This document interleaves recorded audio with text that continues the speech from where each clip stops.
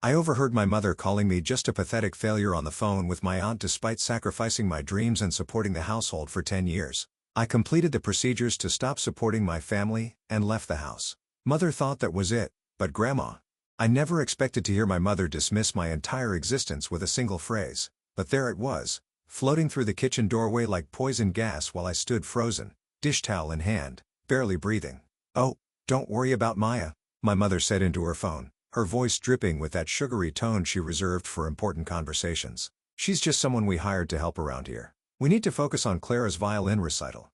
It could be her big break. My name is Maya, and at 22, I'd spent most of my life being my family's backbone, while simultaneously being treated like their shadow. The eldest of 5 sisters, I changed more diapers than my mother and cooked more meals than I could count. But hearing my presence reduced to just someone we hired to help, that was new. That was different. I gripped the kitchen counter, my knuckles turning white. Through the doorway, I could see my mother pacing in her designer heels, gesturing animatedly as she discussed my 10-year-old sister's upcoming performance. "Clara, the golden child, the one who got private lessons while I worked part-time jobs to help pay our bills. The dress alone is costing a fortune," Mother continued. "But Robert says it's worth every penny. You should see how she lights up on stage, Evelyn. She's going to be somebody special. Unlike me, apparently." The sound of violin scales drifted down from upstairs, Clara practicing as always. The notes felt like tiny needles in my skin now. I'd given up my own piano lessons at 12 so Clara could start hers. "You're the big sister," Mother had said then. "You understand, don't you?" I'd understood too much for too long. My phone buzzed in my pocket. Probably another text from Olivia or Sophia, my younger sisters, asking when dinner would be ready. They were old enough to know better, but young enough to still follow the family pattern. At 16 and 14, they lived in the space between Clara's spotlight and my shadows. "Of course, we'll need photos." Mother laughed into the phone. "Professional ones? Naturally, we can't have anything less for our little star." I thought about the stack of college brochures hidden under my mattress, the ones I'd been secretly collecting, the acceptance letter from State University that arrived yesterday buried at the bottom of my sock drawer, the small savings account I'd built up over years of babysitting and weekend jobs, unknown to my parents. My father's heavy footsteps sounded on the front porch, home early from work, probably to take Clara to her practice session. I had about 30 seconds before he'd walk in expecting dinner to be ready. That's when I made my decision. I pulled out my phone and scrolled to a number I'd never dared to call before. My grandmother Eleanor's contact info, given to me years ago by my aunt at a family funeral. My mother had cut ties with her own mother long ago for reasons she never discussed. My fingers trembled as I typed. "Hi, Grandma Eleanor. This is Maya. I know we've never met, but I need someone to talk to, someone who might understand." The kitchen timer beeped, reminding me about the casserole in the oven. Father's keys jingled when he was trying to unlock the door. Upstairs, Clara hit a wrong note and started the scale again. I hit send, then I straightened my spine, pulled on my oven mitts, and prepared to serve another perfect family dinner. Maybe one of my last, because in that moment I knew I wasn't just someone they hired for help, and soon they'd all understand exactly what that meant. My phone vibrated almost immediately with a response, but I couldn't check it yet. I had to get through this dinner first, to keep playing my part. But for the first time in years, I felt something dangerous and wonderful unfurling in my chest. Hope. Grandma Eleanor's response changed everything. After 3 days of secret text messages and late-night calls, she invited me to meet her at a small cafe downtown. I told my mother I was picking up extra hours at work, a lie she barely acknowledged while helping Clara practice her scales. The cafe was quiet when I walked in, just a few morning stragglers nursing their coffees. And there she was, my grandmother, sitting straight-backed in a corner booth, elegant in a deep blue blazer. She looked nothing like the villain my mother had painted her as over the years. "Maya," she said, standing to embrace me. Her perfume reminded me of gardenias. "You look just like my mother, except for your age." The words slipped out before I could stop them. Eleanor's smile turned wistful. "Ah, so we're jumping right in. Good. I always preferred honest conversations." She gestured for me to sit. "Tell me about the acceptance letter." I nearly knocked over my water glass. "How did you?" "I made some calls to State University after your first message. I still have friends on the board." She stirred her tea with precise movements. "Full scholarship offer. But you haven't told your parents yet, have you?" Before I could respond, my phone buzzed. A text from Sophia. "Where are you? Mom's freaking out." Clara's dress fitting got moved up. "Let me guess," Eleanor said, watching my face. "Family emergency." I showed her the text. Another one came through. "She's threatening to take away Clara's violin time if you don't show up." Classic Marjorie. Eleanor murmured, using one child to control another. I should go, I said while grabbing for my purse. I can't let Clara lose her practice time. She has that recital coming up. Sit down, Maya. Eleanor's voice was gentle, but firm. Let's talk about what you want for once. My phone kept buzzing. I turned it face down on the table. I can help you, she continued. Not just with college, I can help you build a life that's yours. She reached into her bag and pulled out an envelope. This is for you. A trust fund I set up when you were born. Your mother never knew about it. My hands shook as I opened it. The number on the statement made my vision blur. But why? Because I saw this coming, she said simply. I saw how Marjorie was already playing favorites with you girls. History repeating itself. She took a sip of tea. She did the same thing to your Aunt Catherine before cutting me out of her life. I had an aunt? Mother had never mentioned a sister. The cafe door chimed. I looked up and froze. Olivia stood there, her art portfolio clutched to her chest, eyes wide with recognition. I followed you, she blurted out. I'm sorry, but I knew something was going on. And she looked at Eleanor. You're our grandmother. Eleanor's face softened. Hello, Olivia. Your artwork is extraordinary, by the way. I saw your piece in the youth gallery downtown last month. Olivia's cheeks flushed. You saw that? Mom and Dad didn't even go to the opening. Of course, they didn't, I muttered. My phone buzzed again. Mother, this time, your selfishness is ruining Clara's big day. Come home now. Olivia read the message over my shoulder and squared her shoulders. I'm staying here with you and Grandma Eleanor. Something shifted in my chest. Pride, maybe, or relief. I wasn't alone anymore. Eleanor smiled at us both. Well then, shall we order some real breakfast and talk about your futures? Both of them. As we settled in to talk, I felt the weight of years of obligation starting to crack, but beneath that weight was something stronger, the foundation of a new kind of family, built on choice rather than duty. My phone kept buzzing, but for the first time in my life, I let it ring. I knew the moment I walked into our house that everything was about to explode. The acceptance letter from State University sat on the kitchen counter, torn open. Mother stood by the window, her back rigid, while Father's face had that dangerous stillness I'd learned to fear over the years. When were you planning to tell us? Mother's voice was eerily calm. I set my bag down slowly, buying time. I was waiting for the right moment. The right moment. Father picked up the letter.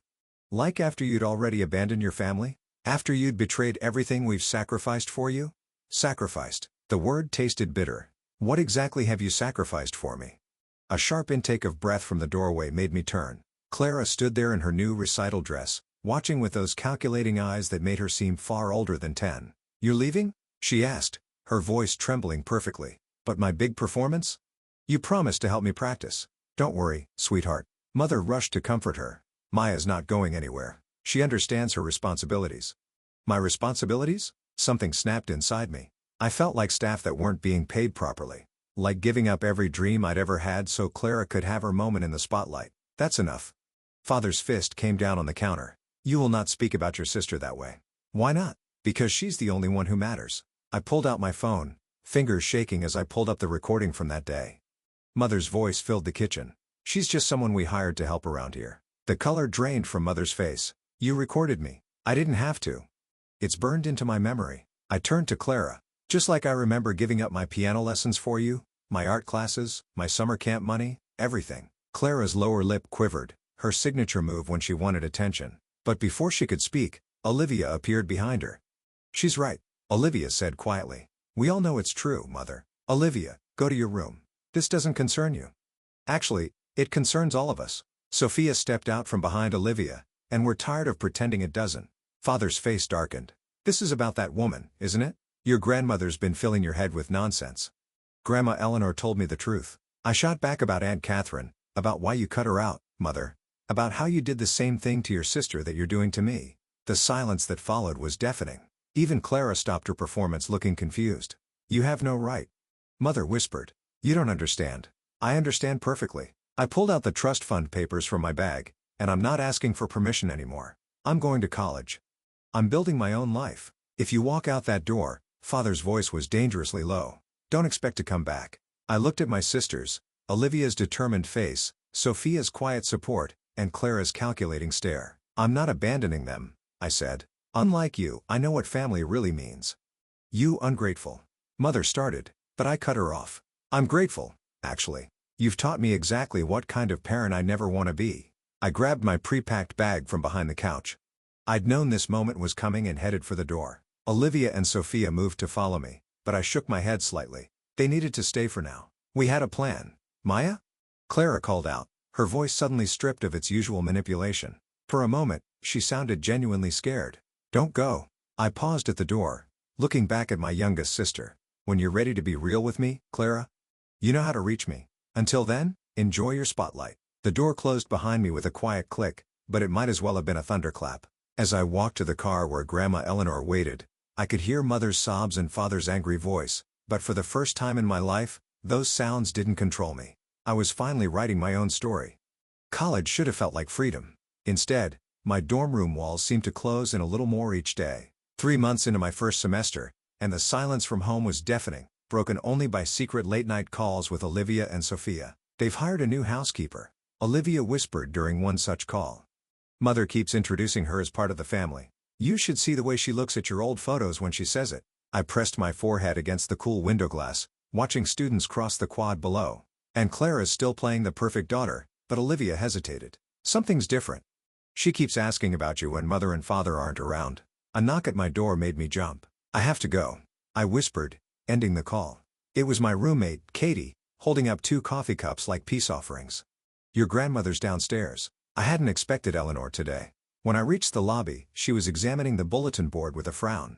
These student activities are dreadfully dull, she said by way of greeting. Get your coat. We're having lunch off campus at that restaurant. She waited until our food arrived before dropping her bomb. Your mother came to see me yesterday. My fork clattered against the plate. What? What did she want? To know if I was funding your education. Eleanor's eyes were sharp. She's been asking questions about your Aunt Catherine too. Did you tell her anything she doesn't already know deep down?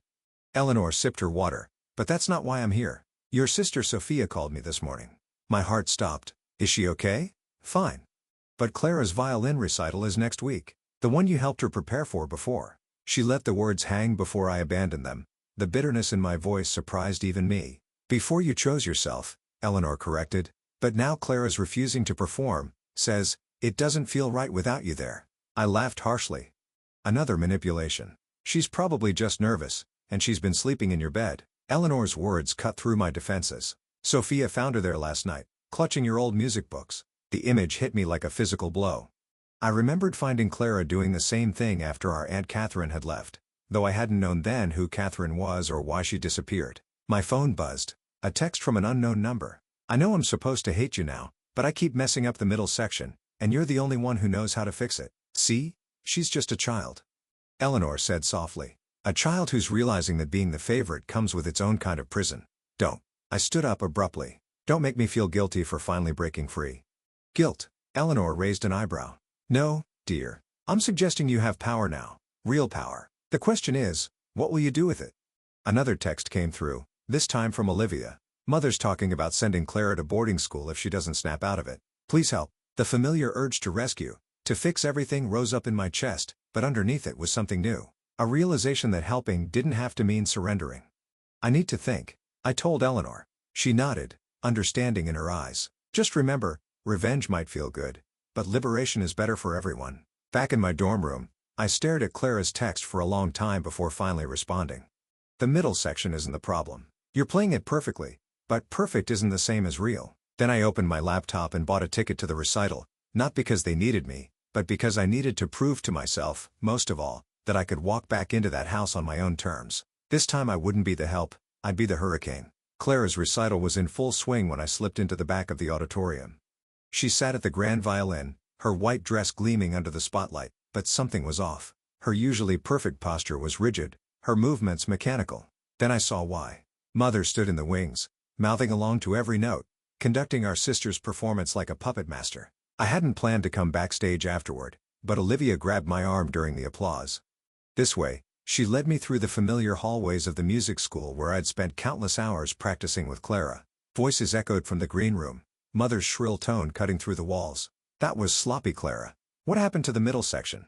We practiced it 100 times. I'm sorry, I just sorry doesn't win competitions. Sorry doesn't get you into the Juilliard youth program. Do you want to end up like Maya? I stepped into the doorway, Olivia close behind. Like me? You mean independent? College educated. Mother spun around, her face draining of color. Clara sat on the violin bench, looking smaller than I'd ever seen her. You have no right to be here. Mother hissed. Actually, I do. I pulled out my old student ID. I still teach here part-time. Helps pay for college.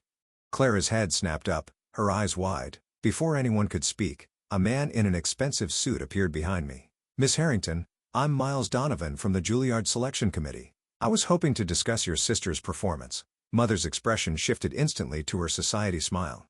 Of course, Clara would be honored. Actually, Miles cut in smoothly. I was hoping to speak with Maya. Your teaching reputation precedes you. The silence that followed was delicious. I felt Mother's world tilting as Miles continued. Several of your students have been accepted to our program. Your methods are unconventional, but effective. She's not Clara's teacher. Mother snapped. She's nobody. That's where you're wrong. Olivia stepped forward. Maya's been teaching Clara for months, through video calls, late at night. Why do you think she suddenly started playing with actual emotion instead of just technical precision? Mother turned to Clara, who seemed to shrink further into herself. Is this true? Before Clara could answer, Miles spoke again. Mrs. Harrington, we look not just for technical perfection. We want students who understand music, who feel it, like your daughter demonstrated today, in the middle section particularly. I caught Clara's eye, seeing the ghost of a smile at our private joke about that middle section, but Mother wasn't finished. This is ridiculous. Maya abandoned this family. She has no right to interfere with Clara's future. Actually, a new voice joined in, Grandmother Eleanor, elegant as ever in her signature blue. Maya has every right, especially since she's just been appointed to our family's seat on the music school's board of directors. Mother's face went from white to red. You can't. I can, and I did. Eleanor's voice was steel wrapped in silk. It's time for changes, Marjorie. Starting with how we define family. Clara suddenly stood up, her small hands balled into fists. I don't want to go to Juilliard. The room froze. I don't want to play violin anymore. Not like this. She looked at me, tears in her eyes. I want to be real, like you said. Mother reached for her, but Clara stepped back closer to me. The movement was small, but its meaning was seismic. Well, Miles said into the tension, I think I have what I need. He handed me his card. Call my office on Monday. We should discuss your teaching methods further. As he left, I felt the ground shifting beneath my feet. This wasn't the revenge I'd imagined. It was something more powerful. The truth, finally breaking through years of carefully maintained facades. Mother stood there, her perfect world crumbling, while Clara reached for my hand. The hurricane had arrived, but it wasn't destroying everything in its path. It was clearing the air. The wedding invitation sat on my desk like ticking bombs. 6 cream-colored envelopes, each addressed in the calligraphy Grandmother Eleanor had insisted upon. My hand shook as I reached for the one marked, Mr. and Mrs. Robert Harrington, you don't have to send them. Miles said from the doorway of our apartment, no one would blame you. I sealed the envelope instead of answering. 3 years had passed since Clara's recital, since everything changed, or maybe nothing had changed at all. My phone buzzed. Olivia's daily update. Mother's redecorating your old room again, says it needs to be perfect for when you come to your senses. Another text followed. Clara asked if she could be your flower girl. Mother threw a fit. The doorbell rang before I could respond. Eleanor stood there, looking unusually pale. We need to talk. She didn't wait for an invitation, walking straight to my kitchen table. Your mother came to see me yesterday, about the wedding. My stomach dropped. What did she want? To negotiate. Eleanor's voice was careful. She's willing to attend, to bring the whole family on one condition, of course. Of course, there's a condition. I laughed bitterly. What is it? That I resign from the music school board? Give up my teaching position? Let Clara resume her path to Juilliard. The room spun slightly. After 3 years, Clara doesn't even play anymore. She does now. Your mother's been forcing her to practice again, says it's time to fix the damage you caused. My phone buzzed again.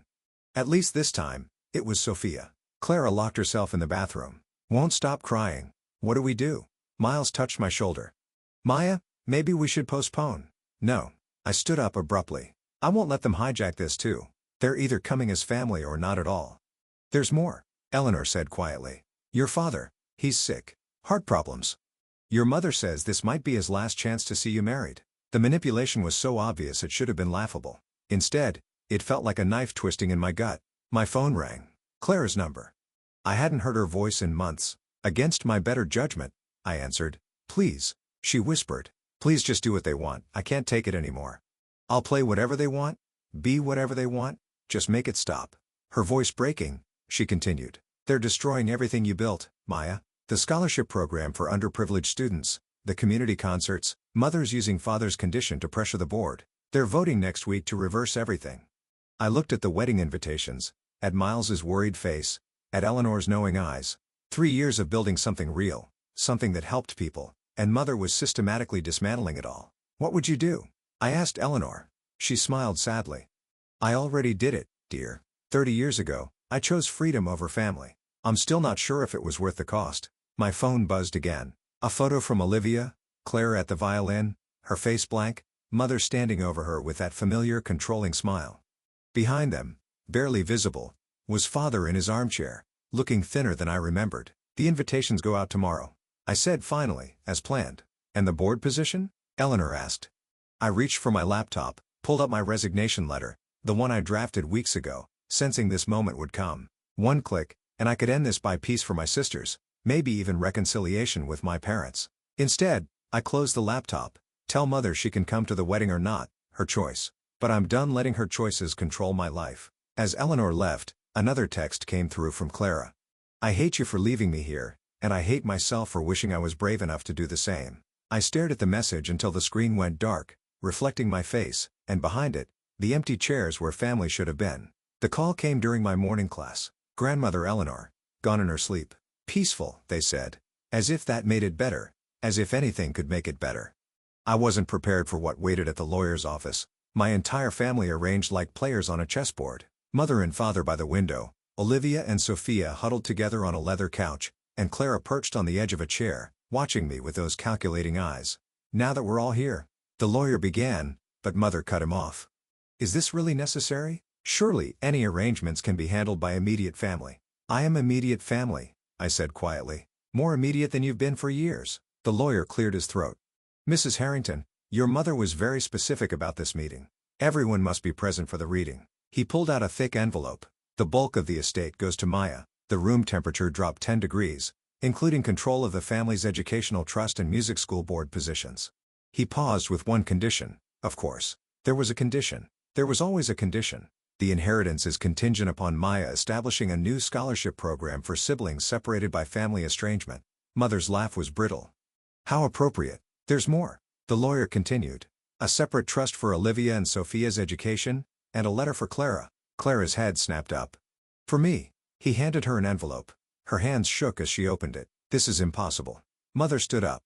Eleanor had no right. She had every right. Father's voice was unexpectedly quiet, just like Catherine did. The name hung in the air like smoke. Don't. Mother warned. Your sister made her choice. Father continued. Just like Maya did. Just like Sarah is trying to. Clara was still reading her letter, tears streaming down her face. She knew. Clara whispered. Grandma Eleanor knew everything. About the panic attacks before recitals, about practicing until my fingers bled because it was never good enough, about wishing I could disappear, like Maya did. Clara, that's enough. Mother started. No, it's not. Clara stood up, the letter clutched to her chest. She left me money too, but not for Juilliard, for therapy. The silence that followed was deafening. This ends now, I said, standing to face Mother. The manipulation, the control, the turning us against each other, it ends today. You have no right. I have every right, and now I have the power to back it up. I turned to my sisters. Olivia, Sophia, you're coming to live with me and Miles. We've already arranged transfers to schools near us. Mother went pale. You can't? Actually, she can. The lawyer interjected. The educational trust gives her full guardianship rights. And Clara, Mother's voice was dangerous now. I looked at my youngest sister, really looked at her. Behind the perfect posture and practiced smile, I saw what Eleanor must have seen. A scared child desperate to break free. That's her choice, I said softly. For once in her life, let it be her choice. Clara stood up slowly, her letter still clutched tight. She took one step toward Mother, then another toward me, then she stopped exactly between us. I choose me, she whispered. I choose to get help, to figure out who I am without the violin, without the pressure. She looked at Mother. Without you telling me who I have to be. Mother grabbed her purse, heading for the door. You'll regret this, all of you. No, they won't, Father said, still in that quiet voice. He stood up, straightened his jacket, and did something I'd never seen before. He walked away from Mother toward us. The lawyer smiled slightly. Shall we discuss the details of that scholarship program, Miss Harrington? I sat down, my sisters and Father arranging themselves around me like a shield wall. Yes, I said, watching Mother's retreating back. Let's build something new. 1 year later, I stood in Grandmother Eleanor's garden, watching Clara cutting roses with careful precision. Her therapist had suggested gardening as an outlet, something to create that didn't require perfection. The irony wasn't lost on me. "Do you ever miss it?" I asked. "The violin." She considered the question, pruning shears, pausing mid-snip sometimes. "But I miss the music, not the pressure." She looked up at me. "I started writing songs instead on guitar." "Is that okay?" "You don't need my permission, Clara." "I know, but I want your opinion, sister to sister, not teacher to student." Inside the house, I could hear Olivia and Sophia arguing over college applications. Father's voice drifted out, mediating their debate with the patience he'd finally found after leaving Mother. She'd moved to Boston last month, chasing some dream of starting over. None of us had heard from her since. Miles appeared on the porch, carrying a stack of manila envelopes. First batch of scholarship applications just came in. The Catherine Eleanor Harrington Scholarship for Family Reconciliation, grandmother's last gift, turning our pain into purpose. Already, we'd helped 3 sets of siblings reunite, rebuild, redefine what family meant. "Can I help review them?" Clara asked, setting down her shears. I think I might understand what they're going through." I studied my youngest sister, no longer the perfect porcelain doll Mother had crafted, but something far more valuable, a real person with scars and strength all her own. "Actually," I said, "I was hoping you'd join the selection committee permanently. You and Olivia both." Her eyes widened. "Really? And Sophia can take over the summer music program once she finishes high school, if she wants." "What about you?" Clara asked quietly. "I'm stepping back a bit. Miles and I are thinking about starting a family of our own." The words hung in the air between us, heavy with possibility and fear. Would I become like Mother? Would history repeat itself? Clara must have read my thoughts. "You're not her," she said firmly. "You never were." Inside, Olivia had started playing something on the old upright piano we'd rescued from storage. Not classical, but something. Something original, wild and free and imperfect.